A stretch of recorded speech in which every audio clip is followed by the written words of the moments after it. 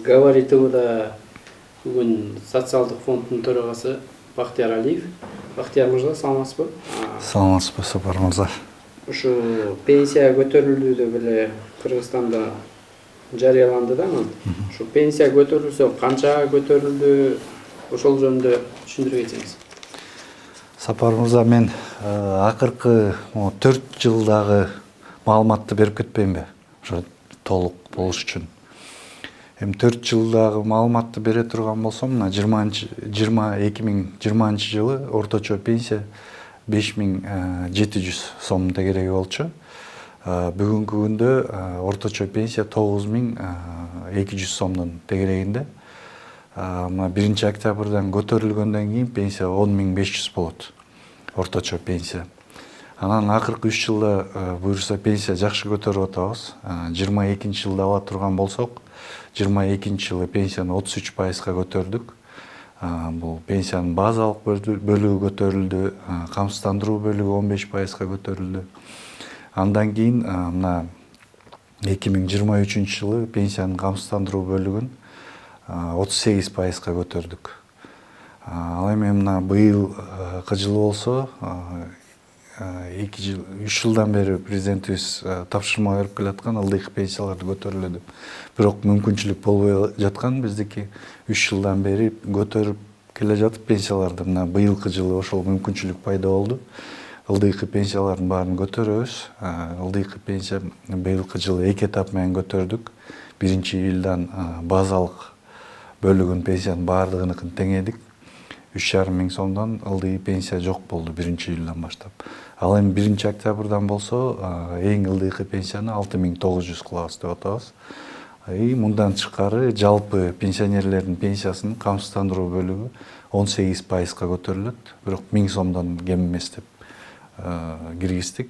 Ошондо минимальный пенсия 1000 сомго көтөрүлөт. Ал эми жана 1-июлга чейин стаж биздики бүгүнкү күндө аял кишилерге 1-июлга чейин аял кишилерге стаж минимальный 20 жыл, эркек кишилерге 25 жыл болчу. Анан бизге 1 жыл стаж менен 6 айлык стаж менен келгендер да болгон, пенсияга чыгабыз деп. Анан ал кишилердики 6 ай, 1 жыл, 2 жыл болуп калат, кээ бирөөнүкү 3 жыл болуп калат стажы. Алардыкы аз болгондон кийин стажы, пенсиясы да аз болуп калат. Анан ошонун баарын теңдеп 1-июлдан ошо 3500ге жеткиздик. Мына эми эң ылдыйкы пенсия 6900 болот. Ошондо 1-июлга чейин 1000 сом, 2000 сом алып жүргөн жарандарыбыз, пенсионерлерибиз 6900 алып калат. Ошондо 1000 сом алып жүргөн кишиники 5900 кошулуп калат. Кээ бирөөнү 4900 көп эле кошулат да. Эми өйдөккү пенсиялар болсо, камсыздандыруу бөлүгү канча болсо пенсиясы, допустим, бүгүнкү күндө уже 10 000ден ашты пенсионерлердин жалпы басымдуу бөлүгү 10 000 сомдон ашык алышат. Мисалга ала турган болсок, мына 14 000 пенсия боло турган болсо, мунун 3170 бул базалык бөлүгү болот, мамлекет тарабынан төлөп жаткан, ага кошулбайт. Анан 200 сом минимально бул компенсация за электроэнергию деп коебуз. Ошол компенсация экөөнү алып салганда калган суммасына 18% кошулат. Мисалы, аныкы 11 000 болуп кала турган болсо, 11 000ге 1800, анан 1000 сом 180 болгондо 14 000 пенсия алып аткан кишиге 2000 сом пенсия кошулат да. Ошондо компенсация болгондо электроэнергияга, эмнеге алынып атат? Электроэнергияга. Ошого да токтолуп кетсеңизчи. Мындай баягы жарды жалчы, баягы мүмкүнчүлүгү чектелген адамдар бар да. Жалпы эле алып саласыздарбы же ошондо бир мындай критерийлер менен карап чыктыңыздарбы? Мисалы, компенсация деп атпайсызбы? Компенсация болгондо баардык пенсионерлер эле ошо алынып калабы же мындай? Муну ал компенсация мындай болчу, тиги жана жашоо минимумуна жетпегендердикине 200 сомдон кошулуп берчи. Аны эми азыр баардыгыныкын жашоо минимумуна жеткизип аткандан кийин мыйзамда ошондой каралган да. Эми бул жарыяланбадыбы пенсия көтөрүлдү депчи? Ошону пенсионерлер качан колуна тийип баштайт? Ушу айдын аягы качан болот? Пенсияны 10 октябрдан баштап алып башташат. Бизде почта аркылуу, анан банк аркылуу алат пенсионерлерибиз. Бүгүнкү күндө 80% банктар аркылуу алат, 20% почта аркылуу алат. 10 октябрдан баштап банктан алгандар алып баштайт. Андан ары региондордун баардыгын кошкондо 20 октябрга чейин алып бүтөт кошулган пенсиясын. 10 октябрдан баштап төлөп баштайбыз. Пенсиянын мисалы канча жолу көтөрүлдү? Мисалы быйылкы жылдын эсебинен. Быйылкы жылдын эсебинен 2 жолу көтөрүлдү. 2 жолу көтөрүлдү. Эми бул жалпы пенсионерлерибиздин баардыгы сезген жок. Биринчи көтөргөнүбүз 1-июлдан көтөргөнүбүз жанагы стажы жетпей калган, стажы аз болуп калган пенсионерлерибиздин пенсиясы көтөрүлдү. Анткени алардын базалык бөлүгү пропорционалдуу төлөнчү, толук төлөнчү эмес. Базалык бөлүгү пенсиянын 3170 сом. Кээ бирөөнүкү базалык бөлүгү стажы азыраак болгондуктан 2000 сом болчу. Кээ бирөөнүкү 500 сом болчу, кээ бирөөнүкү 1000 сом болчу базалык бөлүгүчү. Ошол кишилердин баарыныкын теңеп 3170 сом базалык бөлүгүн 1-июлдан теңедик. Андан ары болсо мына 1-октябрдан эми дагы көтөрөбүз. Бактияр мырза, ушу базалык анан камсыздандыруучу дегенде пенсиялык нелерге түшүндүрүп коесузбу? Көпчүлүк түшүнбөй атат, бул эмне базалык? Пенсия бизде 3 бөлүктөн турат. Бул 1996 жылга чейинки период алынат. Анан 1996 жылы бизде жана персонифицированный учет кирген. Ар бир жаранга жана персоналдуу номер берилген. Ошондон кийин ким канча төлөсө, ошол экинчи бөлүгү 96 жылдан ким камсыздандыруу төгүмдөрүн кандай төлөсө, ошого жараша болот бул экинчи бөлүгү. Ал эми анан үчүнчү бөлүгү болсо бул базалык бөлүгү мамлекет тарабынан 3170 сом бардык пенсионерлерге мамлекет тарабынан төлөнүп берилет. Ошо 3 бөлүктөн куралат пенсия. Анан мурда бар эле да, мисалы 45 жаштан аялдар пенсияга чыгат, 55 жаштан депчи. Ошол өзгөрүлдүбү же ошол коза? Бүгүнкү күндө жана реформаларыбыздын алкагында бул жана бийик тоолуу шартта жашаган жарандарыбыз, анан жана отдаленный труднодоступный райондор деп коет. Аларга тийген жокпуз. Алар кандай алып жүрсө мурда 45 жаштан 53 жаштан мурда кандай алып жүрсө ошондой эле алышат. Ал эми жана мөөнөтүнөн мурда алган пенсионерлерибиз бар болчу да. Жана аял кишилердики 35 жыл стажы болсо 55 жаштан чыга алат, эркек кишилердики болсо 40 жыл стажы болсо 60 жаштан чыга алат деген мыйзамыбызда бар болчу.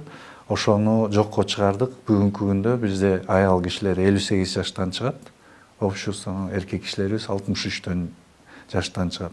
Анткени мындай досрочный пенсия деген бир да мамлекетте жок бул.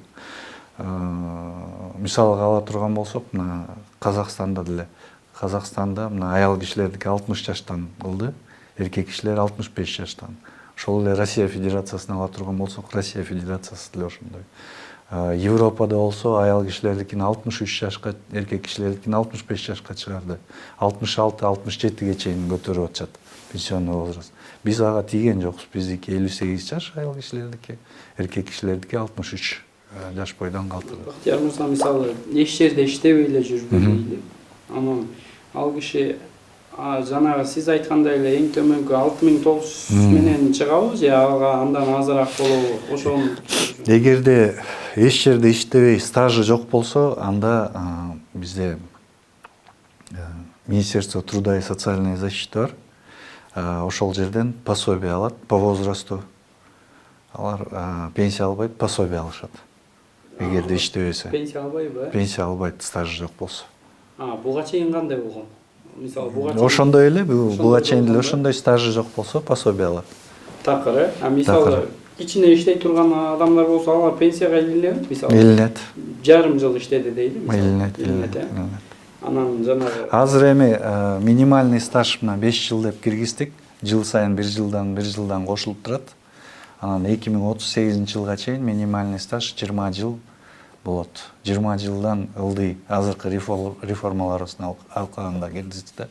Эгерде 2038 жылдан баштап 20 жыл стажы болбосо, уже пенсияга чыгууга укугу болбойт. анан бизде дагы баягы мурда Сооронбай Жээнбековдун убагында Туркияда иштегендер, Орусияда иштегендер кол коюлган да, ошол Туркияда иштегендер боюнча. Ошолор мисалы Кыргызстандан пенсиясын ала алабы? Мисалы Туркияда мыйзамдуу түрдө иштеп, бул жерден пенсия ала алабы же ал ишке аша элекпи?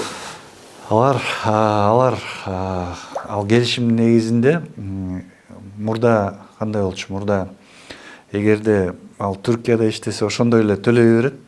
Камсыздандыруу төгүмдөрүн алар солидарный часть деп коет, ошол жака кете берсе эч кандай Түркия мамлекети эч кандай мындай обязательство алчу эмес да. Анан бул келишим түзүлгөндөн кийин бүгүнкү күндө Түркиянын жарандарында эле биздин жарандар Түркияда иштеп, ошол жерде 15 жыл, 20 жыл иштеген болсо, Түркиянын жарандарында эле пенсияга чыгууга укук пайда болот аларда Түркияда. Жана пенсиянын топтомо бөлүмү ошол тууралуу да түшүндүрө кетсеңиз. Пенсиянын топтомо бөлүгү эркек кишилер 1964 жылдан өйдө кармалат топтомо бөлүккө, аял кишилер 1969 жылы төрөлгөндө өйдө кармалат возраст боюнча. Айлыгынан 2% кармалат. 27% кармалып атпайбы? 27%-ын 2% топтомо пенсиялык фондунан кетет. Бул топтомо пенсиялык фонддон 50 миңден ашык боло турган болсо, акчасы ипотеканын жана биринчи взноско ала алат, анан ипотека боюнча кредитин жапканга ала алат. Анан жүрөк оорулары, жүрөгүнө операция жасалган учурда ала алат.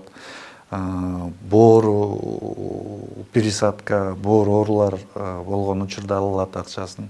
Жана бөйрөк оорулары болгон учурда пересадка же болбосо гемодиализ алып аткан учур болсо, анда ал акчаларын алганга мүмкүнчүлүк пайда болот. Андан тышкары ПМЖга бөлөк мамлекетке кетип аткан учурларда алганга мүмкүнчүлүк пайда болот. Жана пенсияга чыккан учурда толук төлөнүп берилет ал суммасы. Ал мисалы каалаган учурда эле алабы же белгилүү бир мөөнөттө ошол акчаны алыш керекпи мисалы?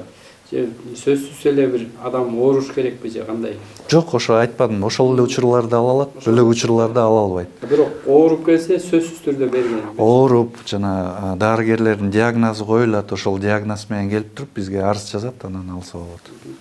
Анан көп кишиге эле кызык да. Кыргызстанда эң көп пенсия, анан эң минимальный пенсия канча турат? Эң минимальный пенсия мына 1-октябрдан баштап 6900 сом болот.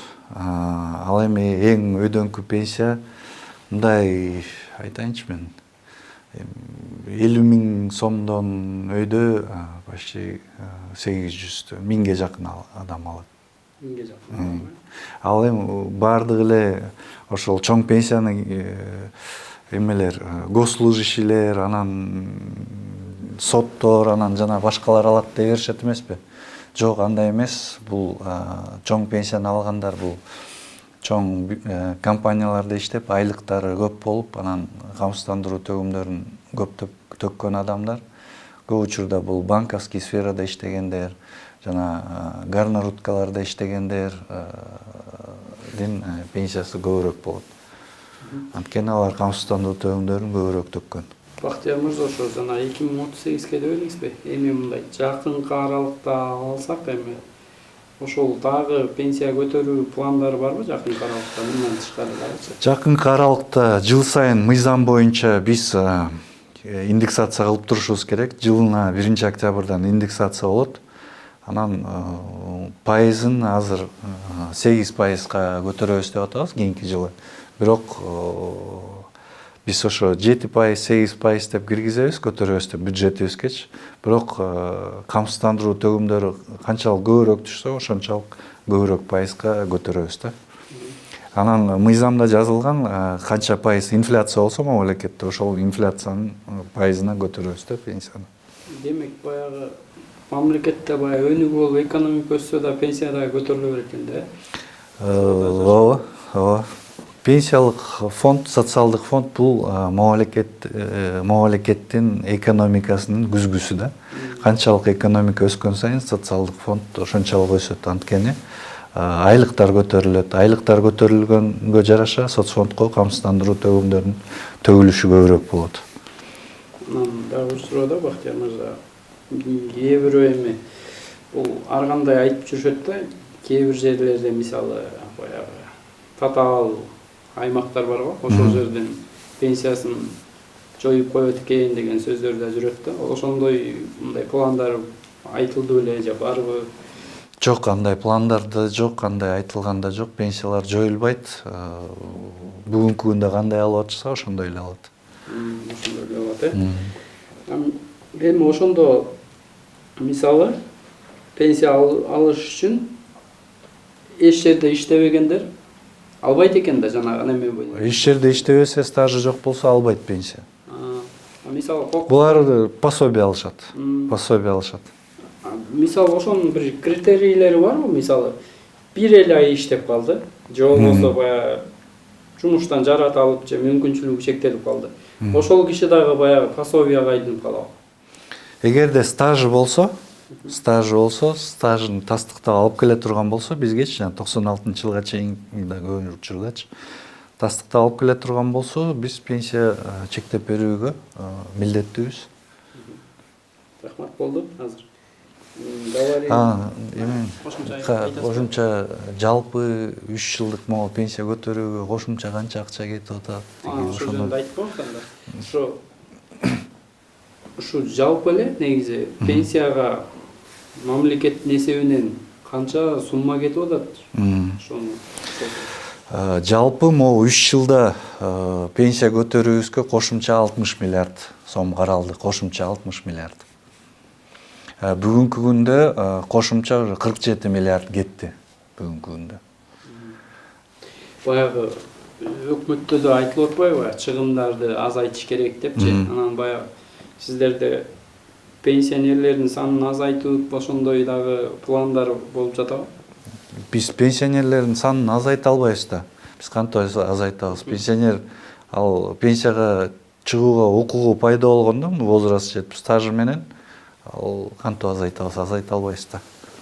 Мисалы азыркы күндө канча пенсионер бар Кыргызстанда? 1 октябрга пенсионерлердин саны 785 миң. Бул көбөйүп турат, Жыл сайын көбөйүп турат. Акыркы өткөндө карап чыктык. Акыркы 8 жылда, почти 9 жылда акыркы почти 100 миңдей киши кошулду.